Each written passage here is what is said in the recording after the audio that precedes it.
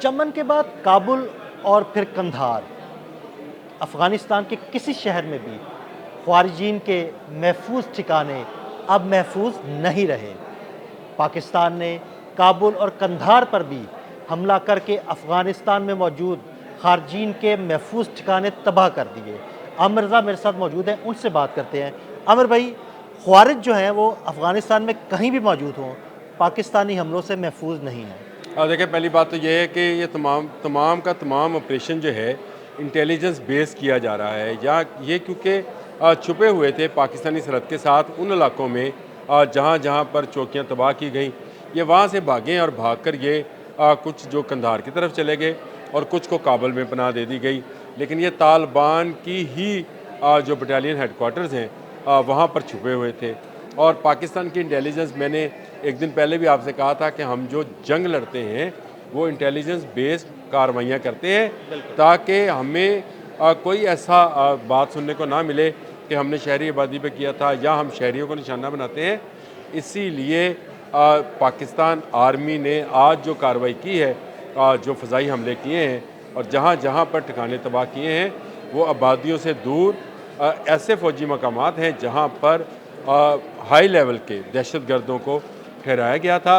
और पाकिस्तान पहले दिन से कह रहा है कि अफ़गानिस्तान की सरजमीन पाकिस्तान के ख़िलाफ़ दहशत गर्दी के लिए इस्तेमाल हो रही है। अगर आप मुझे इजाज़त दें तो जो इस हवाले से खबर जारी की गई है मैं वो भी पढ़ के सुना दूँ आपको कि पाकिस्तान ने सूबा कंधार और काबुल में प्रोसेशन अटैक्स खालिस्तान अफ़गान तालिबान और ख़वारिजीन के ठिकानों पर की।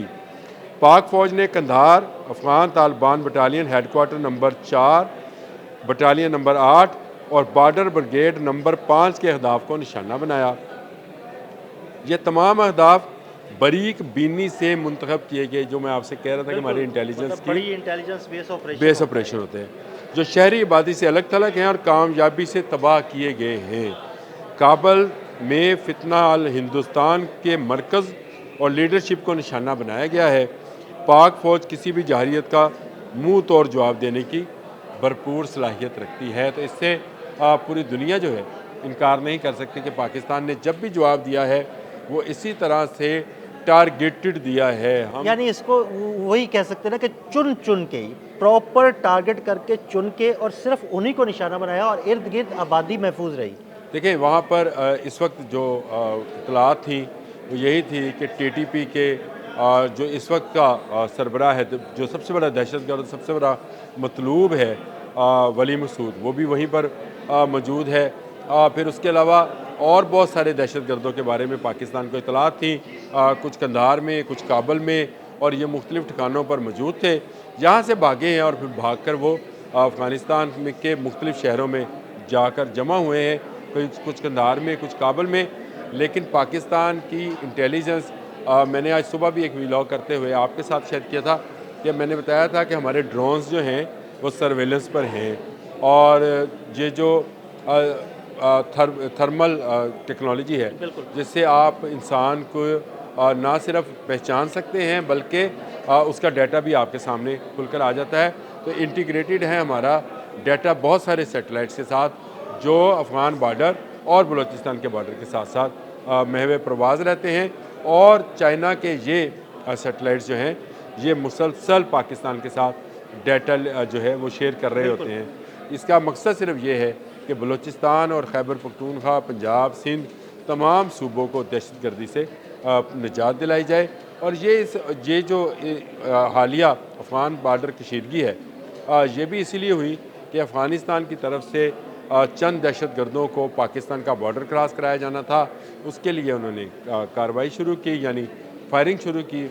इस फायरिंग के नतीजे में उनको अंदाज़ा नहीं था कि पाकिस्तान इस पर क्या रिएक्ट करेगा।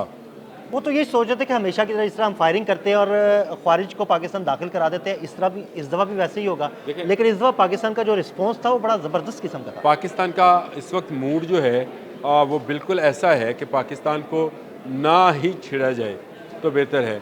बहुत सारी कुव्वतें अब ये बात जान चुकी हैं, चाहे वो अमेरिका है, चाहे रशिया है, चाहे चाइना है, चाहे बरतानिया है, फ्रांस है, वो जान चुके हैं कि पाकिस्तान की फ़ौज जज्बे के साथ लड़ती है, और अगर आप इसके साथ कोई शरारत करेंगे तो उसका मुंह तोड़ जवाब दिया जाएगा।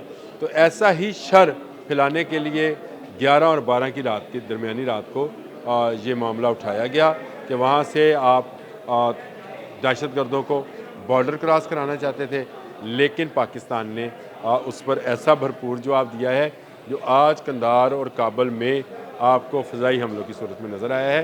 धुएँ उठ रहे हैं उन तमाम जगहों से जहाँ पर इन तालिबान ने पनाह दे रखी थी उन दहशतगर्दों को जो TTP से तल्लक़ रखते हैं, फितना हिंदुस्तान से तल्लक़ रखते हैं, फितना ख़वारिज से तल्लक़ रखते हैं और वहाँ पर मौजूद थे। चुन चुन कर निशाने बांधे गए हैं। और ये जो पहले ख़बरें आ रही थी कि क्या पाकिस्तान ने स्ट्राइक की है, नहीं की है, तो देखें जब की है तो फिर पूरी तरह से की है जवाब दिया और पता चल गया, और नीस्तो नबूद कर दिया है। इसमें कौन कौन से दहशतगर्द मारे गए हैं ये तफसील आ जाएगी और इस तफसील के बाद आपको पता चलेगा कि पाकिस्तान की सरहदों और पाकिस्तान की आवाम को महफूज बनाने के लिए पाकिस्तान फ़ज़ाइया, पाकिस्तान आर्मी, पाकिस्तान बहरिया तमाम के तमाम हमा वक्त जो है इसी काम में मसरूफ़ हैं। हमारे बॉर्डर्स पर खड़े जवान जाग रहे हैं और उसी जागने का नतीजा है कि ऑपरेशन सिंदूर में हमने अपने से 10 गुना बड़ी ताकत को शिकस्त दी और अब तालिबान को जो शायद ख़ुद को अब नाकाबिल शिकस्त समझते थे उनको घुटने टेकने पर मजबूर किया है।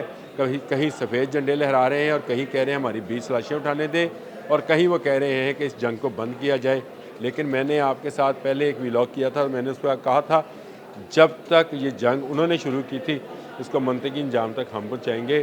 तो आज की एयर स्ट्राइक ने ये बात साबित कर दी कि इस जंग को मंतकी अंजाम तक पहुँचाना इसलिए ज़रूरी है कि पाकिस्तान ने तहिया कर लिया है नो मोर टेररिज्म, कोई दहशतगर्दी नहीं। वो फितना ख़वारिज है, वो फितना हिंदुस्तान है, कहीं से भी कोई फितना उठेगा उसका सर कुचल दिया जाएगा और आज ये सर कुचलने की हमने इब्तिदा कर दी है। देखिए ये काबल में से सर उठाए कोई या दिल्ली से उठाए, ना काबल हमसे दूर है ना दिल्ली हमसे दूर है। ये तमाम के तमाम पाकिस्तान के निशाने पर हैं। अगर वहाँ से शरारत होगी तो पाकिस्तान इसका भरपूर जवाब देगा। ईंट का जवाब पत्थर से दिया जाएगा और मैंने पहले भी आपसे कहा था कि गोली का जवाब गोले से दिया जाएगा। हमने अब किसी का लिहाज नहीं करना क्योंकि एक एक पाकिस्तानी की जान कई कई हिंदुस्तान और कई कई अफ़गानिस्तानों से ज़्यादा कीमती है।